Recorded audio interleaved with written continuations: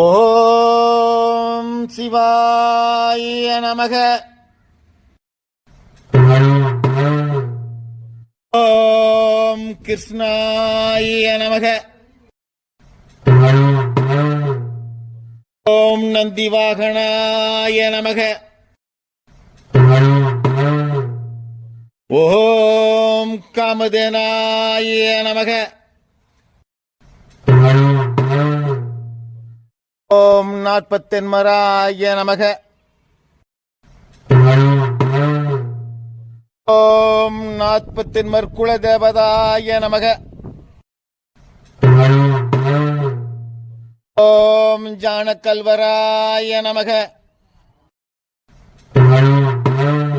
ஓம் தோகைமலை கோட்டை ஆளவட்ட கவுண்டர் மகா ஸ்ரீ தம்மக்க பீரகவுடராய நமோ நமோ நமக. ஓம் திருமலசாமி கவுடராய நமோ நமோ நமக.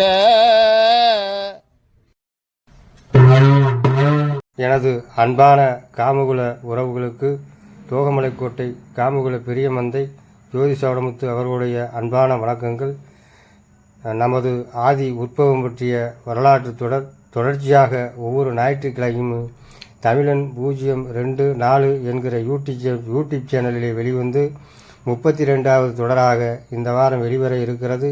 இந்த தொடரை மயக்கு மாத்தினி வீட்டைச் சேர்ந்த ஸ்ரீமான் சிவலிங்க அவர்கள் தொகுத்து வழங்கி கொண்டிருக்கின்றார்கள் என்பதை இந்த நேரத்திலே தெரிவித்துக் கொண்டு, தம்பி மொங்குபத்தன்பட்டியைச் சேர்ந்த இளங்கோ பிரபு அவர்கள் இந்த தொடரை தொடர்ந்து காட்சிப்படுத்திக் கொண்டிருக்கிறார் என்பதையும் தெரிவித்துக் கொள்கிறேன்.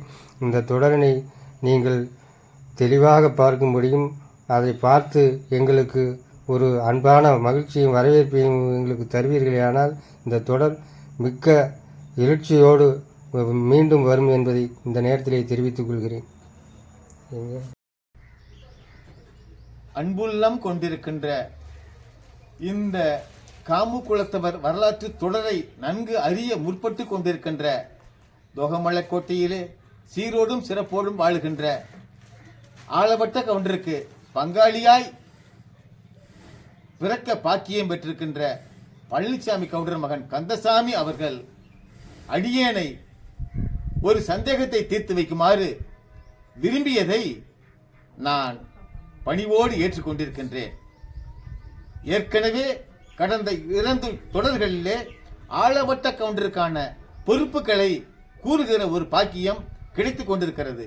இந்த ஆளவட்ட கவுண்டருக்கான தொடரை நாம் தொடர்ந்து கருத்துக்களை வெளிப்படுத்துகின்ற தருணத்திலே ஆளவட்ட கவுண்டருக்கான பொறுப்புகள் எவ்வாறெல்லாம் அமைந்திருக்கிறது, அது எங்களை கவர்ந்திருக்கிறது என்றும், இன்னும் என்னவெல்லாம் அவருக்கான பொறுப்புகள் இருக்கிறது என்ற தகவலை விவரமாக கூறுங்கள் என்று கேட்பதும் மனதிற்கு உற்சாகத்தையும் ஆறுதலையும் கொடுத்து கொண்டிருக்கின்ற நிலையிலே அவைகளை தொகுத்து கூறத்தான் தமிழன் 0247 என்கின்ற யூடியூப் சேனல் இயங்கி வருகிறது என்கின்ற தகவலை அத்தனை நேர்களுக்கும் பணிவோடு தெரியப்படுத்திக் கொண்டு, அடியேனுக்கு ஐயன் கூறியதை போல முடிந்த அளவு ஆளவட்ட கவுண்டருக்கான பொறுப்புகள் என்னென்ன என்பதை தொகுத்து கூற இந்த தருணத்திலே வாய்ப்பு ஏற்பட்டிருப்பது மிகுந்த மேன்மை அளிக்கிறது. அந்த வகையிலே கடந்த வாரத்திலே ஆளவட்ட கவுண்டர் பொறுப்பேற்ற பிறகாக அவருக்கான நிலைகளை தெளிவாக விளக்கி கூறியிருந்தோம். ஆயினும் அந்த தொடரிலே கண்ட அத்தனை பொறுப்புகளும் மட்டுமல்லாது இவருக்கு நூற்றுக்கணக்கான பொறுப்புகள் இவருக்கு கடவுள் கொடுத்திருக்கிறார். அந்த வகையிலே இன்னும் ஏராளமான பொறுப்புகளை நாம் அடுத்து வரும் தொடரிலே தெரிந்து கொள்ளலாம். ஆக இந்த தொடரிலே ஆளவட்ட கவுண்டர் அவர்கள் குலம் சார்பாக, தெய்வம் சார்பாக, கால்நடைகள் சார்பாக, மருத்துவம் சார்பாக, தகவல் தொடர்பு சார்பாக, மனித இனம் சார்பாக அத்தனை பேரையும் ஒருங்கிணைத்து பாரபட்சம் பார்க்காது இன்ன குலத்தவர்க்கு இன்ன மார்க்கம்தான், இன்ன குலத்தவர்க்கு இன்ன வேலைதான், இன்ன குலத்தவர்க்கு இன்ன தெய்வம்தான், இன்ன குலத்தவர்க்கு இன்ன மாதிரியான பணிகள் தான் என்பதை ஆளவட்ட கவுண்டர் அவர்கள் 48 குலத்தினருக்கும் வகை வகையாக பிரித்து வைத்தார்கள்.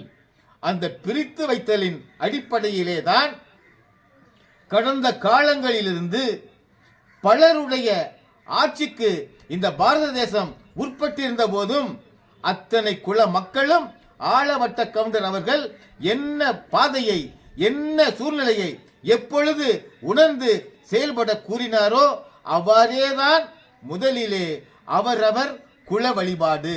அவரவர் குல வழிபாடு என்பது ஆளவட்ட கவுண்டர்கள் கூறிய கூற்றுக்கு முன்பாக, பொறுப்பை ஏற்றுக்கொள்வதற்கு முன்பாக சிவபெருமான் திருமணம் செய்து வைக்கும் பொழுது அண்ணன் தம்பிகள் வைக்க வேண்டும், மாமே மைத்துனர்கள் வைக்க வேண்டும் என்று சொல்லும் பொழுதே, கிருஷ்ண பரமாத்மாவும் அதை ஆமோதித்த பொழுதே இந்த 48 குல மக்களிலே அவர்களுடைய பெயர்கள் வருகின்ற சூழ்நிலையிலே இன்னன்னார் சைவத்தை கடைபிடிக்க வேண்டும், இன்னன்னார் வைணவத்தை கடைபிடிக்க வேண்டும் என்கின்ற பொறுப்புகளை கற்று உணர்ந்தவர்களைப் போல அவர்களுக்கு போதித்திருந்தார்.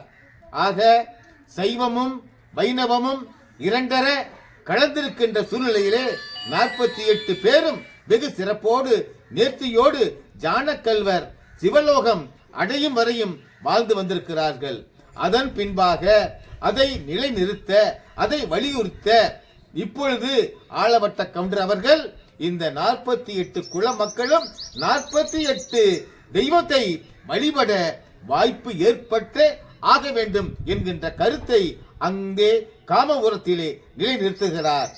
அதன் பிறகாக அந்த 48 குல மக்களுக்குமான சேவைகளையும், அந்த 48 குல மக்களுக்கான தேவைகளையும் அவர் வகை பிரித்து அவர்களுக்கு வாய்மொழியாகவும் எழுத்து மொழியாகவும் கூறியிருக்கிறார்.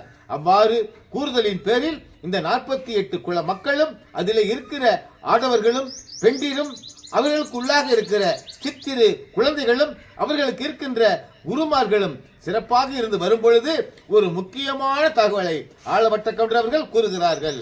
அதாவது ஆளவட்ட கவுண்டர் என்று சொல்லக்கூடிய நான் 48 குலங்களிலே தோன்றி இருக்கிற அத்தனை மக்களையும் நான் தினந்தோறும் பார்க்க முடியாது.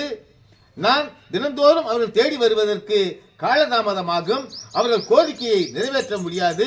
ஆகவே அந்த 48 குலத்திலேயும் இருக்கின்ற திறமை மிக்க, சுறுசுறுப்பு மிக்க, கடமை மிக்க ஒரு மேன்மையாளரை பார்த்து, கடவுள் பக்தரை பார்த்து, அவர்கள் எல்லோரையும் கீழ்ப்படிந்து வாழ்பவரை பார்த்து நான் 48 குலத்தவர்க்கும் நாம் தலையாயவராக ஒவ்வொரு நபரை நியமிக்க வேண்டும், அதற்கு உங்களுடைய ஆலோசனை தேவை என்று அந்த 48 குல மக்களிலேயும் பொதுவாக ஒரு கூட்டம் போட்டு கேட்கிறார்.